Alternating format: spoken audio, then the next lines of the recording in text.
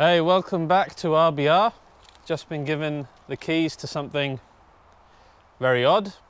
It was as odd now as when I first heard about the car, with manufacturers coming out with all these weird niches. This is, again, one of the weird ones. So this is an E-Class all-terrain. So it's meant to be a 4x4 estate, luxury, plastic-cladded thing. Looking at it in person doesn't really get any better, but let's try and give it the benefit of the doubt. Let's have a look at this car. So immediately the first thing you see is Mercedes 4x4 design on the front. The whole styling is like the SE range of the E-Classes as well. But then things start to get interesting when you come to the side of the car. You've got 20-inch wheels as standard, which are the same size as what we have on the E63 over there. And you've got more tyres, so immediately the ride height is higher. But you can see that anyway, it's a significant chunk higher than the standard E-Class. At the bottom, you've also got more 4x4 design going on with the plastic cladding. Obviously, you've got plastic cladding over the wheel arches, and this is like screaming, hey guys, I'm a 4x4, as if it really needs to tell you that, which it does, because it just does look like a standard E-Class estate. Which isn't a bad thing actually, because when you think about it, the E-Class estate is a pretty handsome car, and this doesn't do much to detract from that fact. Now, someone who's going to be buying a car like this must want it for some kind of off-roading with gravel tracks and mud and all the rest of it. So it makes sense, I guess, to have the plastic cladding increased around the sides of the car. So I'll give them that. I can warm to that idea if it's for functional use. Now, if we come to the rear of the car, sorry. There we go. You've also got your metal load protector there. Yeah, I think, what, 7 to 8 victims for Batman in there. The other benefit of the boot is because it's got a lower ride height than the 4x4, it's easier to load stuff in, be it stuff you're trying to put into the boot in terms of carrying, or even just getting your dog in the back, which is a bit more difficult in a 4x4. And this is the type of demographic that Mercedes will be aiming for with the all-terrain. And one other bit I just noticed here on the boot,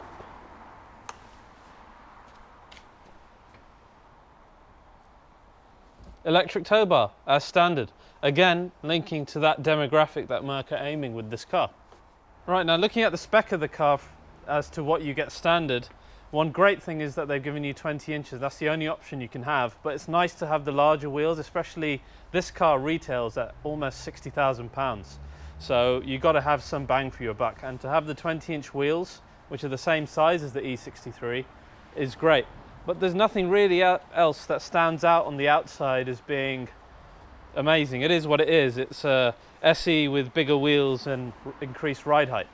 But let's have a look inside and see if that doesn't change what we think about this car. Right, so let's have a look inside the car. But first, I've got a special guest who's joining me today. So you've been clamoring for him, and he's back, and he's looking rather perplexed at the moment. It's Chewy! You said to me terrain. Oh, you misunderstood. I said terrain. You said terrain. Terrain, all terrain. It's a Mercedes. Yep. You got me out of bed and excited for no reason. He loves VW Terrans, if you guys will remember from Instagram. It's alright, this is quite similar to a Terran anyway, isn't it? The first question is, where are we going? Don't tell me Costa. Well, first, we're going to have a look at this car inside, and I'm quite surprised. We've got a normal SE steering wheel, but what I wasn't expecting was having the 12.3-inch full multimedia display in this. And this comes standard in this car. You mean a double iPad? The double iPad. You've got the Burmeister sound system as well. You've got memory seats, you've got pan roof. I mean, this is as well equipped as my E63 inside. But where's the exhaust button? There's no exhaust button, unfortunately. So this is the first one without the exhaust button. But it's also got this aluminium carbon weave, which again, it's nicer than having just the aluminium look or indeed gloss black. Actually, that's quite nice. It's alright, isn't it? I mean, the overall look, I'm sure it's got ambient lighting as well if we turn the car on. That display looks awesome. Now this is, I think, where Mercedes have clinched it. Because what 4x4 capable car do you know that looks like this inside? There is probably a VW Touran on its way. VW Touran. I must apologise to our viewers about all this VW talk. I know you're not interested at all. This is the downside of having our hairy friend here with us.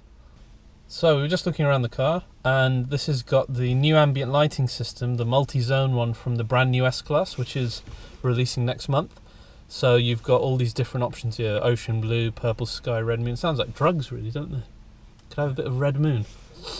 They've got red chili pepper. Am I going to get banned on YouTube for saying that? We don't condone drug use. Don't Yeah, do don't drugs. do that. Don't do that. It's not good. Back on point. But this is really cool.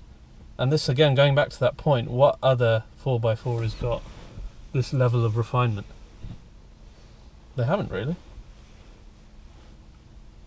It's 4x4. Well, this is all-terrain, isn't it? So it's a 4MATIC system paired with the 350D engine and the 9-speed, which you love. 9-speed gearbox is super smooth. Oh, that's going to be interesting to see. And loads of torque. I think we should go for a drive and see what this is like. Shall I make the exhaust noises for you? No, please. You sure? No fake exhaust sounds. Not on this occasion. It's not quite there, is it? You don't need any aspirin for this. So a good place to start, I thought, is to see just how luxury this car is in actuality. Fine, it's a 4x4. Fine, it can do off-roading, but it's meant to be an E-Class as well. So this is the worst road I know in South Bucks, Pennington Road. It's horrible. Loads of bumps, tons of potholes. Let's see how the E-Class all-terrain deals with this road at 30 miles an hour. Right, I've stuck the limiter at 30.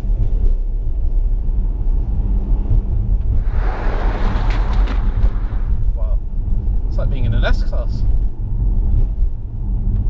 I don't believe you've got roads like this in this area. Yeah, it's incredible, isn't it? But how well did the car do on that? Can we do that again with a Costa and me driving? You can in this car, but not in an AMG on this road. That would leave me smelling of coffee. Is that a bad thing?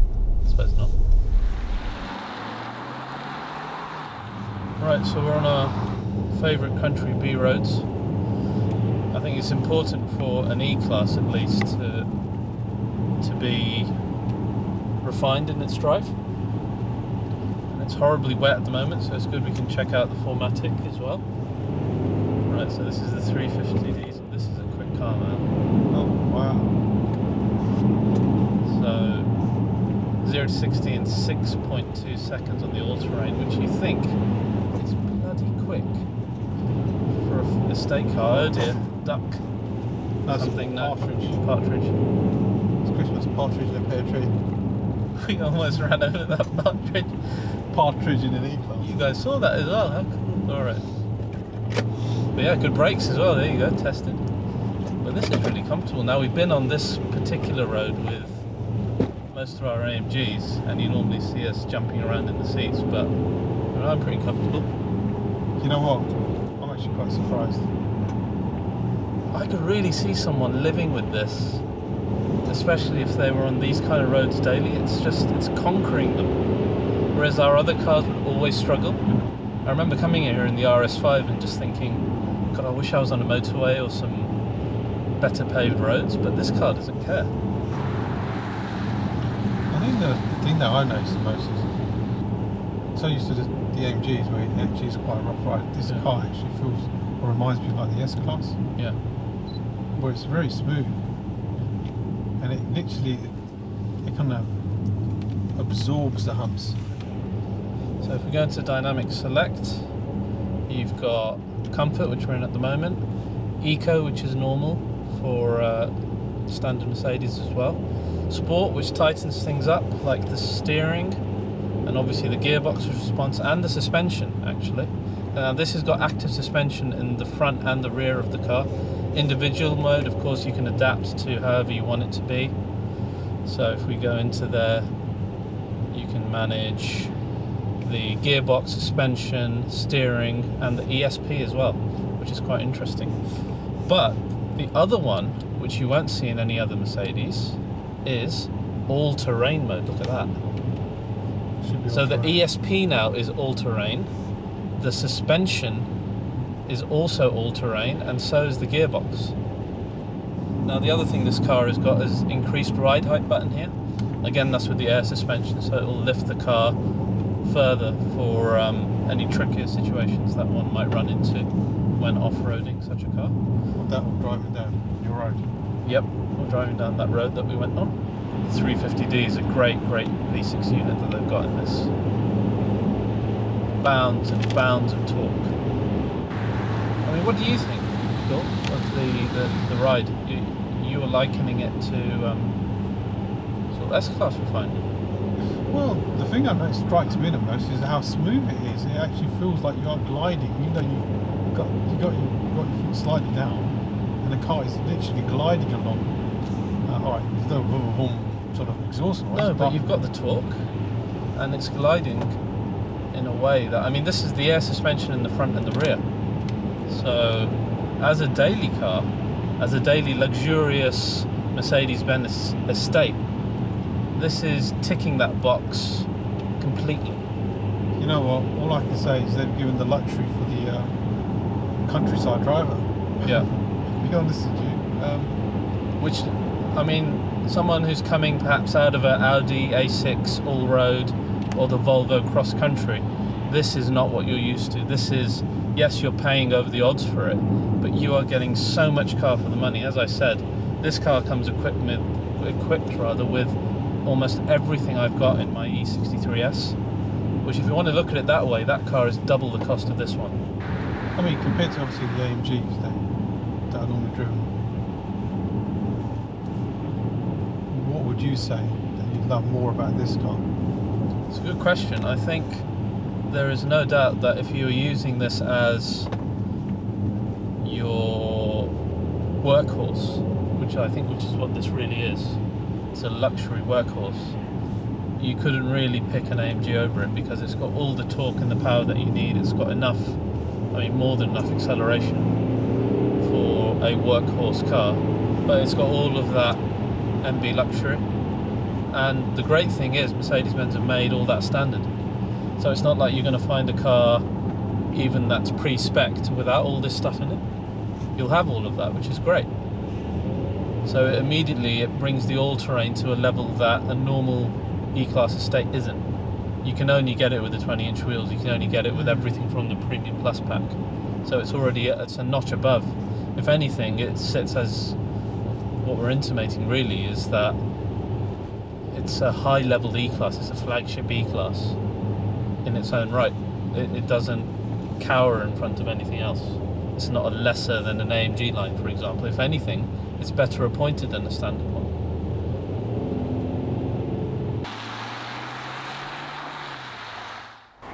Right, so some final thoughts on the all-terrain.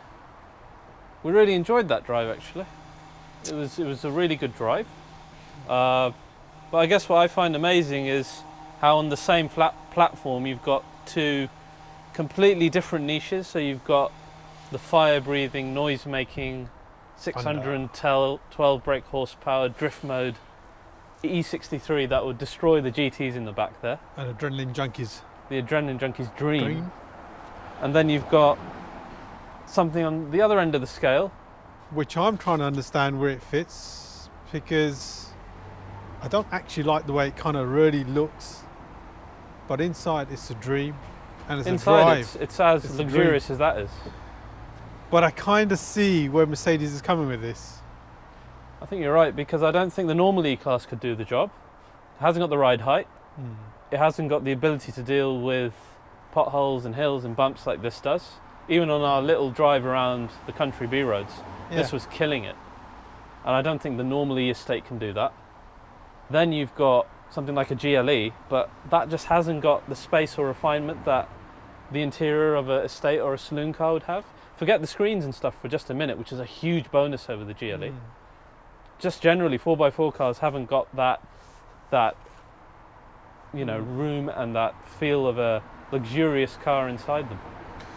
Yeah, I know where you're coming from, because I think, look at an SUV, there's a lot of wafty drive. And when you get the standard kind of estate, that's not designed for really the kind of bumpy country roads. No. It sits right in the middle. And I think, to be honest with you, this is a luxury car. It is. A luxury car. And that's what you expect a Mercedes-Benz to be. So it is a proper off-road estate, fully luxury car, and it does the job, which is amazing, because when I first saw this car come out and I read about it, just like you guys probably thought, you think, really? Do you need a niche for that? But this has been a revelation. Aside from the E63, this is the most refined, comfortable and complete E-Class in the range, which loses nothing from the normal estate by being an all-terrain. Yeah, well impressed with that, actually. Even though I thought it was in a terrain you got me, it's an all-terrain. Hey, this is our first ever diesel review as well. Diesel, that's true, that's true. First ever diesel review on RBR. So, listen guys, thanks for joining us.